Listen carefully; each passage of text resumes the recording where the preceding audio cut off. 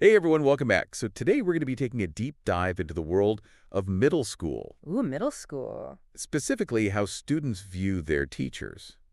We're going to be exploring Fires in the Middle School Bathroom. Okay. It's a book, and it's packed with interviews and insights directly from middle schoolers. Wow, straight from the source. Yeah, and I'm excited to unpack what they really want for their teachers. Yeah. Beyond what we adults think they want. Right, because we think we know, but Exactly. do we really? And I think we're going to be surprised. Oh, I think so too.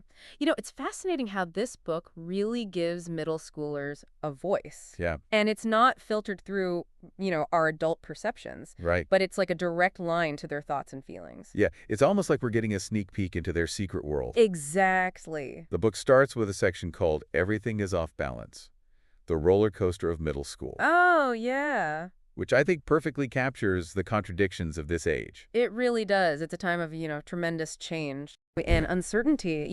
They're straddling that line Right. between childhood and adolescence. Yeah. They want independence, but they still need so much support. Like Alma, she talks about putting on this brave face at school, Mm-hmm.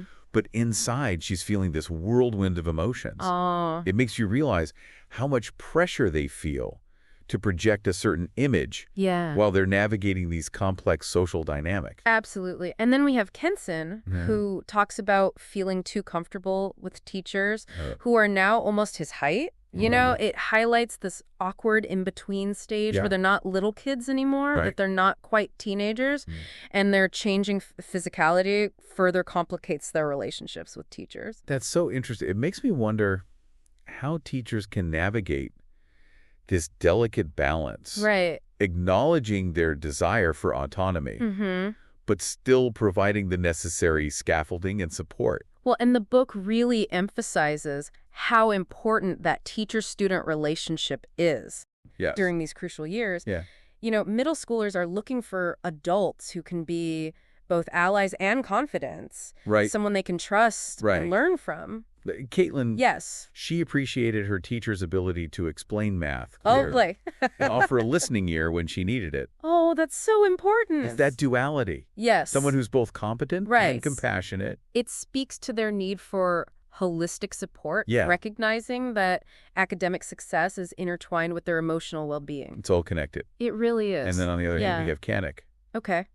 He felt uncomfortable with teachers who seemed indifferent to their subjects. Oh. It's as if their lack of passion made learning feel like a chore, Yeah, like why bother? right? It reminds me of how contagious enthusiasm can be. Oh, absolutely. When teachers are genuinely excited about what they're teaching, Yes. it sparks that curiosity and motivation in their students. Yeah, It's not just about delivering the information. right. It's about igniting a love for learning. Absolutely. And the book actually calls this Help Us Feel Smart, Not Dumb. I love that. It delves into the sensitive nature of providing support Yeah. without undermining their confidence. Right, because they are so sensitive. Tiffany's unease with ability grouping really struck me. Uh-huh. Being placed in a dumber class really impacted her belief in her own abilities. Wow. It seems like labels, even with good intentions, can have unintended consequences. That's such a great point. It raises questions about the effectiveness of tracking and, Right. its potential to inadvertently send messages of inadequacy Yeah. to certain students. And then there's Javier. Okay. He felt patronized when praised for effort despite receiving a bad grade. Oh. It's like he could sense the disconnect between the praise and his actual performance. It highlights the need for authenticity Yeah. in teacher-student interactions. Right. Middle schoolers, they value genuineness, Hmm. and they can easily detect when praise feels empty or insincere. Yes. It seems like they crave feedback that is both encouraging and honest, Right? acknowledging their struggles, Yeah. but still believing in their potential. So how can teachers tap into all that restless middle school energy A lot. and make learning more engaging? Well, the book highlights the importance of incorporating movement, Okay. breaks, and activities that Yeah. cater to their active minds and bodies. So instead of fighting against their natural energy, Right. why not harness it? Exactly. Think outside the traditional classroom setting Hmm. and embrace activities that get them moving Okay. and interact. Danu talks about his social studies teacher Oh. using a song Oh, fun. to help them memorize the order of precedence, What a creative way. to make learning fun and memorable. Yeah. Music is such a powerful tool It is. for engaging different parts of the brain. It really is. It makes information stick. Yes, and it doesn't have to be limited to just songs. Right. Think about incorporating movement activities, Okay. games, or even taking the learning outside. Like Jessica. Yes. She enjoyed playing a grammar-focused game Fun. outdoors with her class. I love that. It reminds me of how much kids learn through play Yes. and exploration. Absolutely. It's about creating experiences that are both educational Right. and Yes, enjoyable. Yes. And I think that's key for middle schoolers. It is. You have to keep them engaged. You do. It's about recognizing that learning doesn't have to be confined to desks and worksheets. Yep. They thrive in environments that are stimulating and interactive. Speaking of stimulating environments, Yes.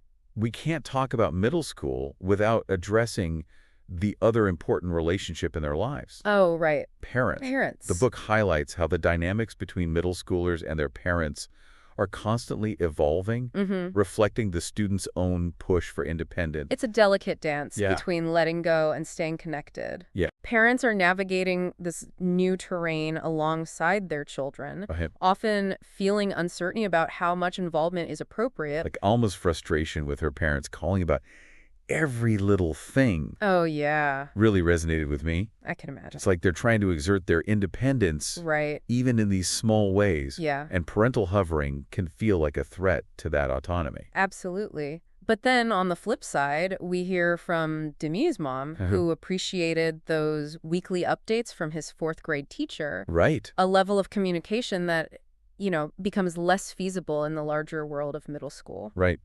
It's interesting how this mirrors what we discussed earlier about teachers finding that balance between support and autonomy. Maybe there's a parallel here. I think so. A need for open communication and a willingness to adapt as the child evolves. Perhaps these open lines of communication could even extend to a collaboration between teachers and parents. I like that. Where they work together to support the student's journey through middle school. Now let's shift gears a bit and talk about the transition to high school. Oh, boy. A topic that's clearly filled with anxiety for many middle schoolers. It's a big one. The book captures this, perfectly detailing student concerns about navigating a bigger, more impersonal environment. Right. It's almost like they're entering a whole new world with its own set of unwritten rules and expectations. Remember Shantae's worry about getting lost in a large high school? Oh, yeah. After being in a smaller K-8 setting? Yeah, that's a valid concern. Middle school, for all its challenges, offers a certain level of familiarity and containment that's often missing in those sprawling high school hallways. And then Ashley's fear of being hazed, stemming from her brother's high school experience, illustrates how much power these stories and rumors hold over their imaginations. It's like they're bracing themselves for the worst, Right. creating these mental images that fuel their anxiety.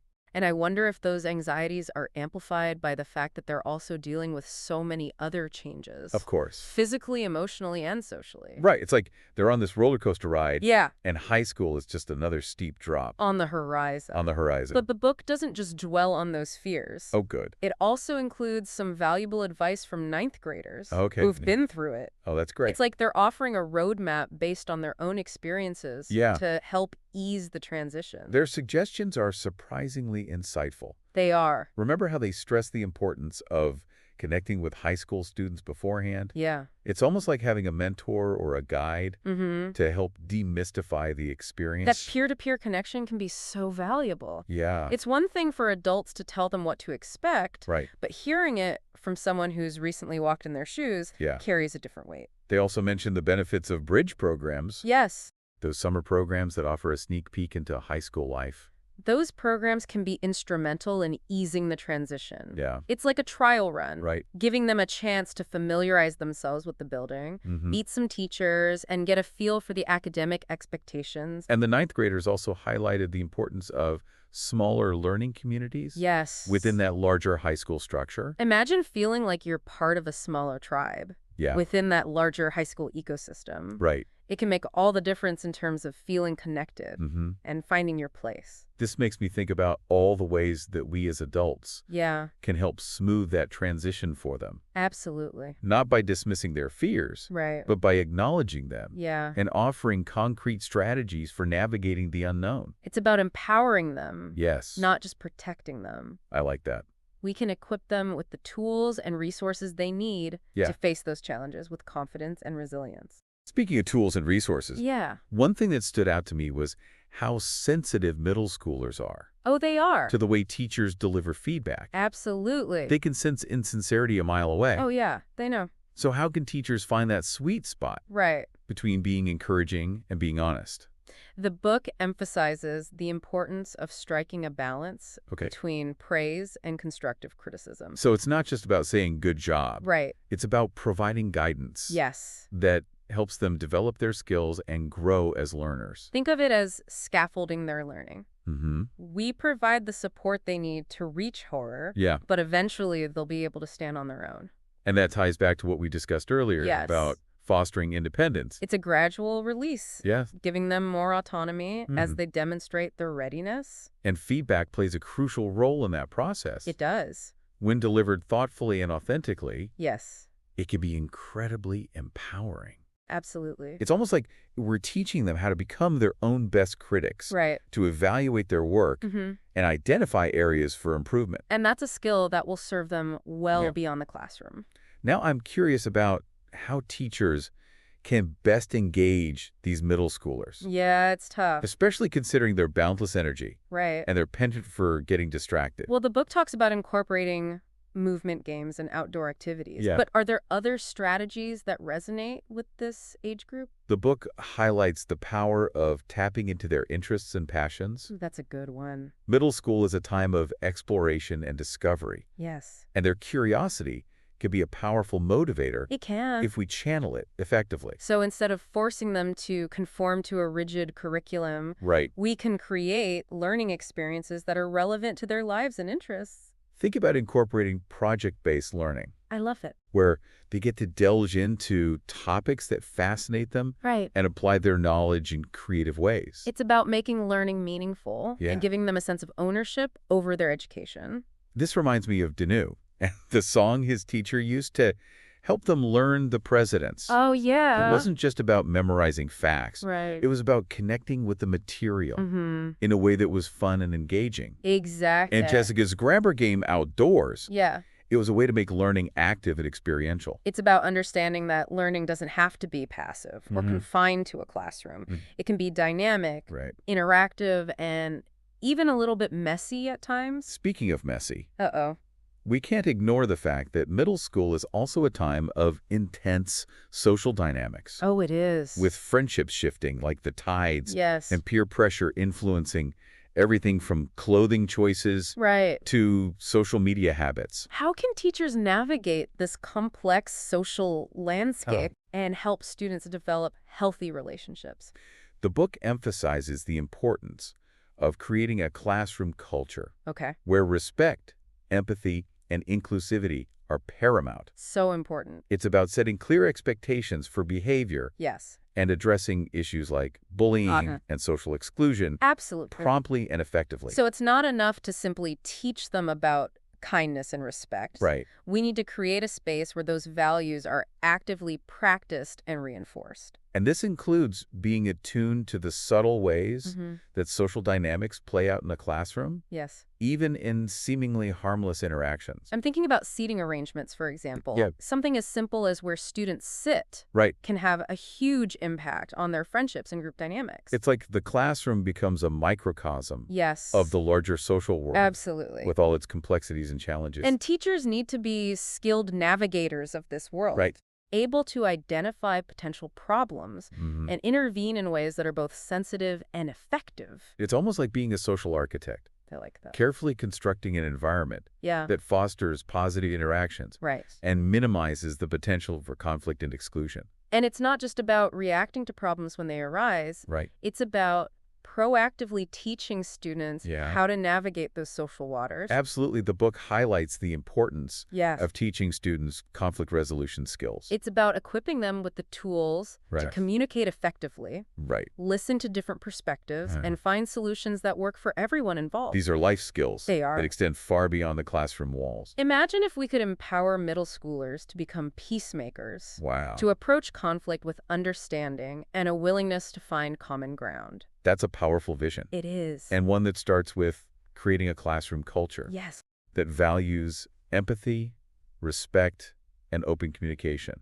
Now, I'm curious about the role of homework in all of this. Okay. The book mentions that students aren't necessarily opposed to homework itself. Right. It's more about the quantity and relevance. They want to understand the purpose behind it and feel like it's actually contributing to their learning. Right, not just busy work. Yeah, To exactly. keep them occupied. Why should they invest their time and energy Exactly. in something that feels pointless Right. or disconnected from their learning goals? And they also highlight the importance of coordination between teachers. Yes. It's frustrating for them Oh, I bet. when they're bombarded with assignments from Right. multiple classes, Right. especially when tests and quizzes are thrown into the mix. It's like they're constantly playing catch-up, Yeah. trying to juggle competing demands. They need a sense of balance and Yeah. predictability. Which can be difficult to achieve It can. in the often chaotic world of middle school.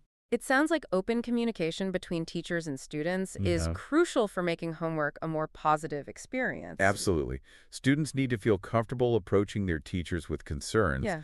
and teachers need to be willing to listen Right. and adjust their expectations as needed. It's about creating a partnership where Yes. everyone feels heard and respected. It's like any good relationship. It is. It requires trust, communication, and a willingness to compromise. Exactly. Now, I'm intrigued by the book's suggestion Okay. that sometimes we adults need to do more listening than talking Oh, that's a good one. when it comes to understanding the needs and experiences of middle schoolers. It's a powerful reminder that we don't have all the answers. Right? Their perspectives are invaluable. Yes. They offer insights into their own experiences and challenges that we might not otherwise be aware of. It's like they're holding up a mirror to our own practices and beliefs, Yes. challenging us to examine whether we're truly meeting their needs. And sometimes the simplest act of listening Yeah, can be the most powerful form of support we can offer. I agree. It shows that we value their opinions and experiences, that we see them as individuals worthy of our attention and respect. It's about shifting the power dynamic, Yeah, creating a space where their voices can be heard absolutely. and their ideas can be taken seriously. And who knows, we might even learn a thing or two from them in the process. I think we definitely would. So as we continue our deep dive into fires in the middle school bathroom, Okay. I'm wondering, what are some key takeaways that have resonated with you so far? Well, what stands out to me is how this book challenges us to rethink our assumptions about middle schoolers. Yeah, You know, we often label them as moody or unpredictable or even defiant, right. but underneath those labels are complex individuals navigating a period of immense change and growth. It's like we're so quick to categorize them, to Right. put them in these neat little boxes, Right. that we forget to see them as individuals, each with their unique set of strengths, challenges, and aspirations. And what's remarkable is their resilience. Yeah. Despite the pressures they face, from academic expectations to social dynamics to the ever-present influence of social media, Right? they find ways to adapt, to connect, and to carve out their own paths. It makes you realize that they have a lot to teach us They do. about navigating change, about embracing vulnerability, and about finding joy in the midst of chaos. And this book serves as a powerful reminder that their voices matter. Yes. Their perspectives can inform our teaching practices, our parenting strategies, and our understanding of this critical stage of development. Like they're holding up a mirror, Yeah, reflecting back to us our own biases, assumptions, and blind spots, absolutely. and inviting us to see the world through their eyes, Mhm. to listen with open hearts and minds, Yeah. and to create spaces where they feel safe, supported, and empowered. And speaking of empowerment, Yeah. one of the most compelling sections of the book focuses on preparing middle schoolers for the transition to high school. Oh yeah, that's a big one. It's a topic that's often shrouded in anxiety and uncertainty, Right. both for the students and for the adults in their lives. You can almost feel the collective nervousness Yeah. as they approach this new chapter. A big one. A chapter filled with unknowns and potential pitfalls. Absolutely. Remember Ashley's fear of being thrown in a trash can? Oh yeah. It might sound extreme, Yeah. but it highlights just how much these anxieties are fueled by rumors, hearsay, and exaggerated stories from older siblings or friends. Right? It's like they're entering a mythical land. Exactly. A place where the rules are different, the stakes are higher, and the social hierarchy is more complex and unforgiving. And it's not just about the social dynamics. Right. The academic expectations also ramp up in high school. Yeah. With more demanding coursework, a faster pace, and increased pressure to perform well on standardized tests. That's a lot to adjust to. It is. Especially when they're already dealing with so many other changes. The book acknowledges these anxieties. Okay, good. But it also offers practical advice and strategies for navigating this transition successfully. Oh, that's awful. It emphasizes the importance of preparation, both academically and emotionally. So it's not just about hitting the books. Right. It's about equipping them with the tools they need to cope with the emotional and social challenges as well. Remember how the ninth graders stressed the value of connecting with high school students beforehand? Oh, yeah. It's like having a mentor, someone who can provide an insider's perspective and demystify the experience. Those peer-to-peer connections can be incredibly valuable. Right. It's one thing for adults to tell them what to expect. Right. But hearing it from someone who's recently walked in their shoes carries a different weight. It's more relatable. Yes. More authentic, and ultimately more reassuring. And the ninth graders also highlighted the benefits of bridge programs. Oh, yeah, those summer programs. Designed to ease the transition to high school. These programs can be instrumental in familiarizing students with the high school environment, introducing them to some of their future teachers, and providing a taste of the academic work life. It's like dipping their toes in the water. Exactly. Before taking the plunge. It's about building their confidence, reducing their anxiety, and giving them a sense of agency as they embark on this new chapter. And the ninth graders also emphasized the importance of smaller learning communities within the larger high school structure. It's like creating a sense of belonging within a potentially overwhelming environment. It's about finding your tribe, your people, those who share your interests, your values, and your aspirations. And it's about having a network of support. Yeah. A place where you feel seen, heard, and valued, even when the world around you feels chaotic and uncertain. So as we wrap up this deep dive into fires in the middle school bathroom, I'm left with a sense of hope and possibility. You too. This book has not only deepened my understanding of the middle school experience, but it has also challenged me to rethink my own role as an educator and as an advocate for young people. It's a call to action. Yeah. A reminder that we have a responsibility to listen to their voices. Yes. To create spaces where they can thrive and to empower them to become the best versions of themselves. It's about recognizing their potential, their resilience, and their inherent worth. And it's about believing in their ability to shape a brighter future. Yeah. For themselves and for the world around them. So as you move forward, consider how you might incorporate the voices of middle schoolers into your own work and interactions. That's a great idea. Seek out their perspectives, listen with an open heart, and be willing to challenge your own assumptions. Because within those sometimes misunderstood fires, there's a spark of brilliance waiting to be ignited. And until next time, keep diving deep. What stands out to me is how this book challenges us to rethink our assumptions about middle schoolers. Yeah. You know, we often label them as nerdy, unpredictable, or even defiant, but underneath those labels are complex individuals navigating a period of immense change and growth. It's like we're so quick to categorize them, put them in these neat little boxes, and we forget to see them as individuals, each with their own unique set of strengths, challenges, and aspirations. And what's remarkable is their resilience. It really is. Despite the pressures they face, from academic expectations to social dynamics to the ever-present influence of social media, they find ways to adapt, to connect, and to carve out their own paths. It makes you realize they have a lot to teach us. They do. About navigating change, about embracing vulnerability, and about finding joy in the midst of chaos. And this book serves as a powerful reminder that their voices matter. Yes, their perspectives are so important. They can inform our teaching practices, our parenting strategies, and our understanding of this critical stage of development. It's like they're holding up a mirror, reflecting back to us our own biases, assumptions, and blind spots. Absolutely. They're inviting us to see the world through their eyes, to listen with open hearts and minds, and to create spaces where they feel safe, supported, and empowered. And speaking of empowerment, one of the most compelling sections of the book focuses on preparing middle schoolers for the transition to high school. Oh yeah, that's a big one. It's a topic that's often shrouded in anxiety and uncertainty. Both for the students and for the adults in their lives. You can almost feel the collective nervousness as they approach this new chapter. It's a huge one. A chapter filled with unknowns and potential pitfalls. Remember Ashley's fear of being thrown in a trash can? Oh, yeah. It might sound extreme, but it highlights just how much these anxieties are fueled by rumors, hearsay, and exaggerated stories from older siblings or friends. It's like they're entering this mythical land. A place where the rules are different. The stakes are higher.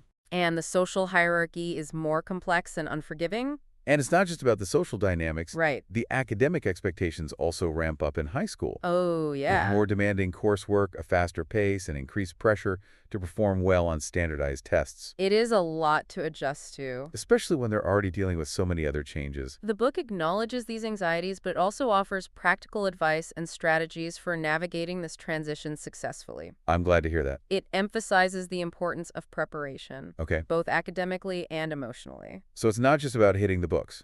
No, it's about equipping them with the tools they need to cope with the emotional and social challenges as well. Right. And remember how the ninth graders stressed the value of connecting with high school students beforehand? Oh, yes. It's like having a mentor, someone who can provide an insider's perspective and demystify the experience. Those peer-to-peer connections can be so valuable. Yeah. It's one thing for adults to tell them what to expect, but hearing it from someone who's recently walked in their shoes carries a different weight. It's more relatable, more authentic, and ultimately more reassuring. Absolutely. And the ninth graders also highlighted the benefits of bridge programs. Right, those summer programs. Exactly.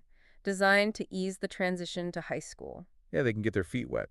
These programs can be instrumental in familiarizing students with the high school environment, introducing them to some of their future teachers, and providing a taste of the academic workload. It's like dipping their toes in the water before taking the plunge. Exactly. It's about building their confidence, reducing their anxieties, and giving them a sense of agency as they embark on this new chapter. I like that. And finally, the ninth graders emphasize the importance of smaller learning communities within the larger high school structure. It's like creating a sense of belonging within a potentially overwhelming environment. Right. It's about finding your tribe, your people. Yeah. Those who share your interests, your values, and your aspirations. And it's about having a network of support, a place where you feel seen, heard, and valued, even when the world around you feels chaotic and uncertain. This book has been so eye-opening. It's given me a whole new perspective on the middle school experience. Me too. And it's reminded me of how important it is to listen to the voices of young people. They have so much to teach us. They do. And by creating spaces where they feel safe, respected, and empowered, we can help them navigate these challenging years and reach their full potential. So to all the middle schoolers out there, yes, we see you, we hear you, and we believe in you. Keep those fires burning. And to all the adults who work with support and care for middle schoolers, thank you for the work you do. It's so important. It is. And until next time, keep diving deep.